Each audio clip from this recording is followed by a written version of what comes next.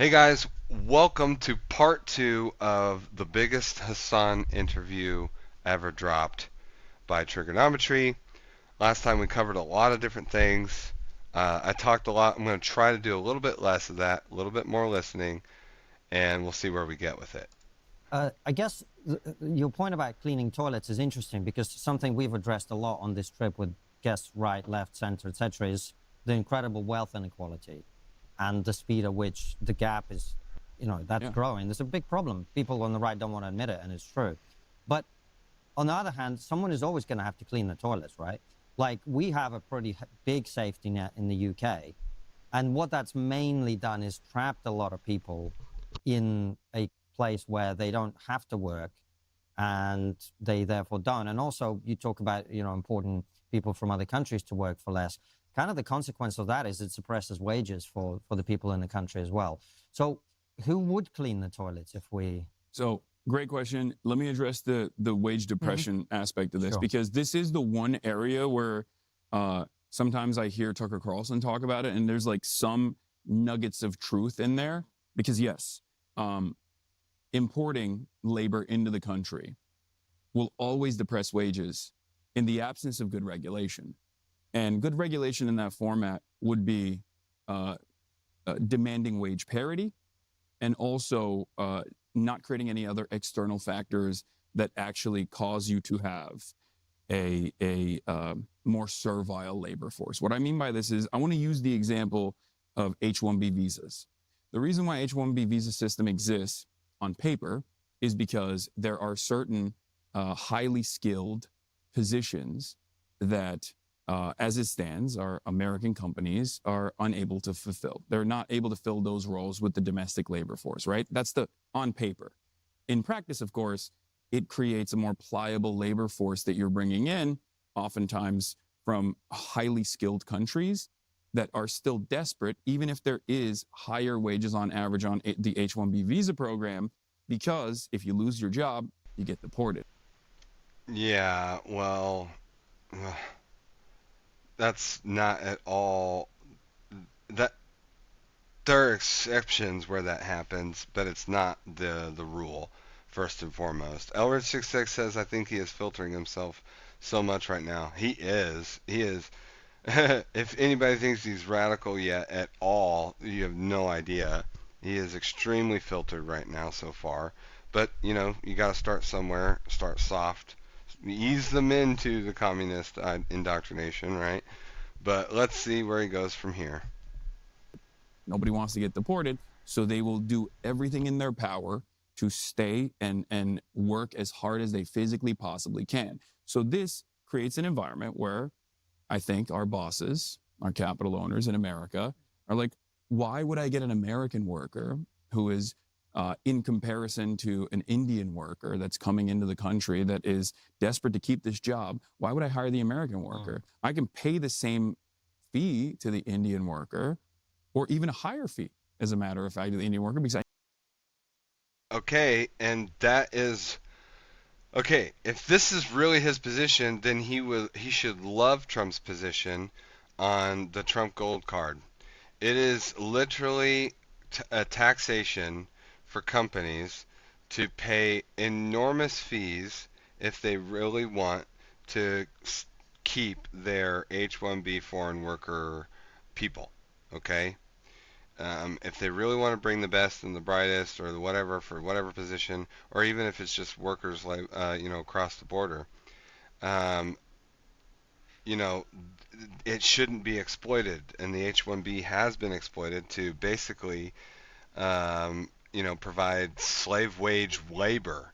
And this is why I like the Trump Gold Card because it says, look, if you want to import um, your employee, if you want to import your work from foreign countries, then you have to pay for it.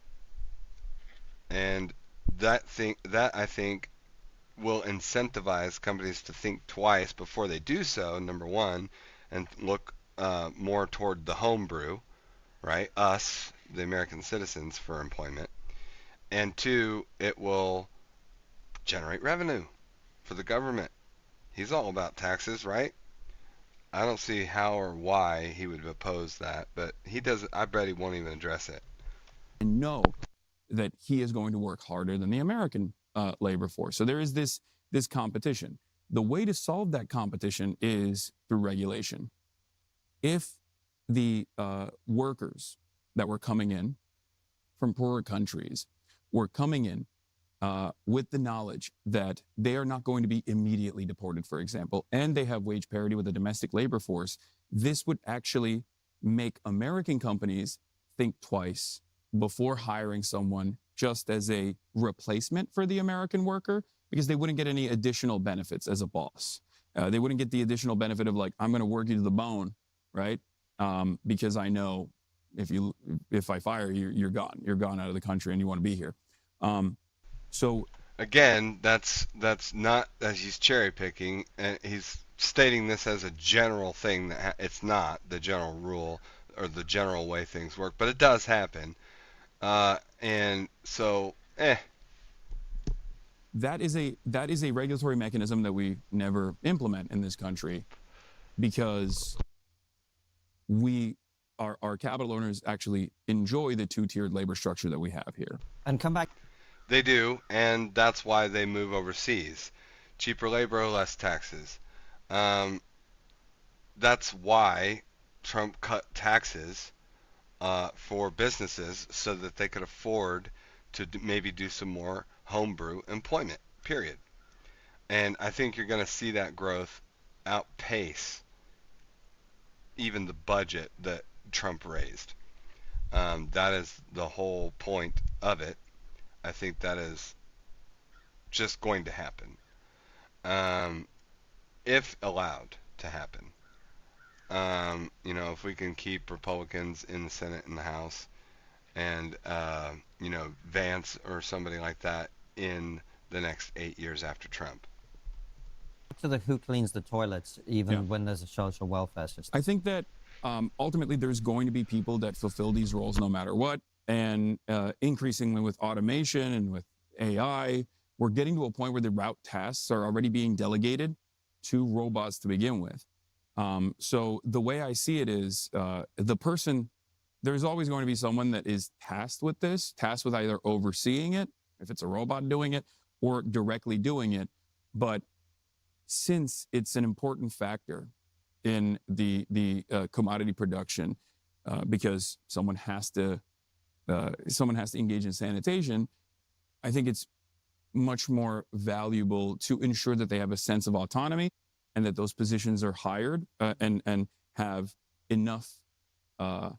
They have enough replacement labor force so that they do less hours in general and still get a decent amount of pay, and so that they can still feel human and have some sense of autonomy in the labor force, where they can do that job and still make an honest living and be able to feed their family, and also have some free time on the side to pursue whatever hobbies they want to pursue. So the way to achieve that would be like what, a really high minimum wage, or like what's the way to get there? Like, because I agree with the idea that people who are working every kind of job should have free time and make a good living.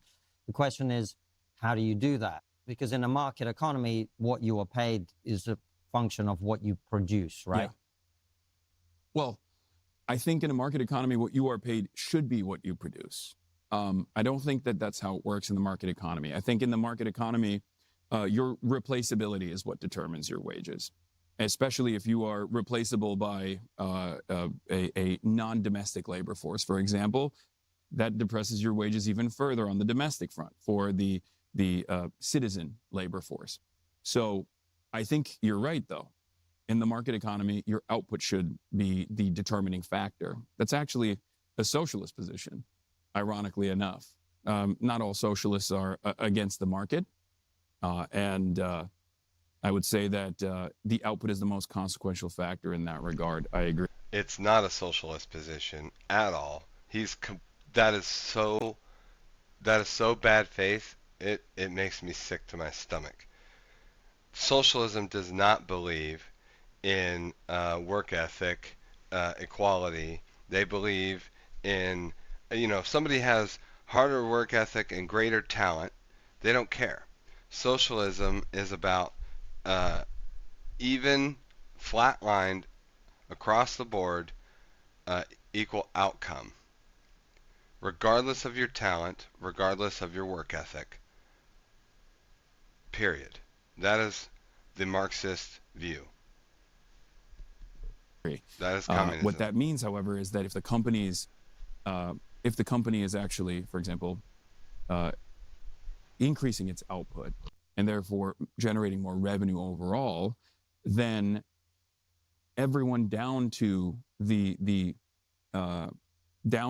most replaceable aspect of labor, which would be sanitation in this regard, should still get paid a just wage, like fair compensation. Minimum wages is one way of doing it as a band-aid solution. I mean, but there are Nordic countries, for example, where there is no minimum wage, because the minimum wage would ironically be a depressing factor on the overall average wages that people get. How have they achieved this, though? Nordic countries like Norway and Sweden are one of the most wealthy countries and wealthy people, citizenry, per capita in the world. They are so well positioned economically. The citizens of Norway and Sweden, they are they're so superior in far.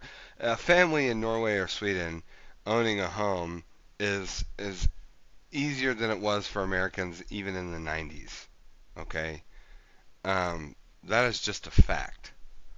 So I don't know what to say about his position about it's just false. They've achieved this through sectoral bargaining. I guess it couldn't be false in the way that he's saying they don't have a minimum. They don't need a minimum wage. They're so wealthy they don't even have to regulate wages. So, and it's because of the free market. They've achieved this through robust unions and labor participation in these wage negotiations. And that is the reason why they don't need to have a minimum wage. The minimum wage in and of itself is a big point of contention in the United States of America. No, the reason why is because per capita, their resources, richness, and abundance is so overwhelmingly disproportionate to their population. And again, it's a numbers game that they can afford the most prosperous citizenry economically and business wise than almost any other country can. And the reason for that isn't their unions, it is because they simply regulate immigration, they regulate and oppose, their population is so small in regard per capita to the sort of rate of production of products and available resources that they're just that rich. Okay, they're just that wealthy. Okay, so the idea that it's socialism that has produced this is ridiculous. Okay, that is just blatantly false.